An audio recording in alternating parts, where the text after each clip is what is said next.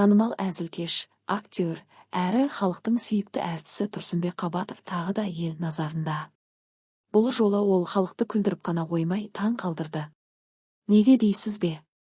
Өйткені ол өз қыздарына құлақ тесуіне рұқсат бермеген. Иә, дәл солай. Қазіргі заманда қыздар сән қуып жатқанда Қабатов мырза мүлде басқа бағытта ойлайтын сияқты. Бір сұхбатында ол ашық айтты. Мен қыздарыма құлақ тесуге рұқсат бермеймін. Әлі кішкентай. Әдемілік деген құлақ тесумен келмейді. Әдемі қыз құлақсыз да көрінеді, деп әзілмен айтты. Бұл сөзі желіде тез тарап, көпшіліктің пікірі екіге жарылды.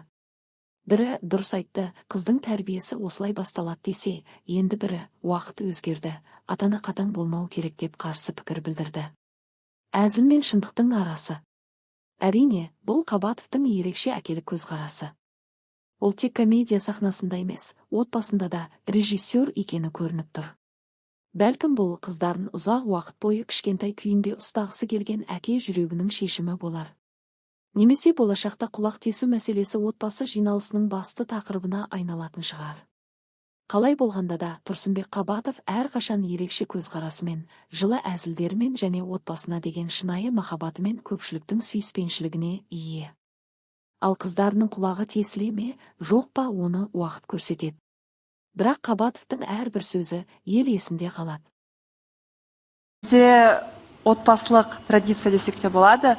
Біз кішкентай болған кезде білмеймін неге олай айтты, бірақ папа бізге айтқан болатын. Сырға салу дәстүрі негізінде сол құлақты тесу сырға салу кезде ғана жасау керек деді. Біз сонымен келістік. Сонымен біздің құлағымыз әлі осы уақытқа дейін тесілмеген. Мен тіпті туған күн бірдеңе бандай праздник болады ғой, құрбыларыма айтамын. Мне сережки не дарить. У меня не проколотые уши. Уже бәрі білет біздің подругаларымыз, то, что у нас не проколотые уши. А если ты выйдешь замуж, в 30, например? Сол құдалар өздерге сырға салады деп тұр ғой.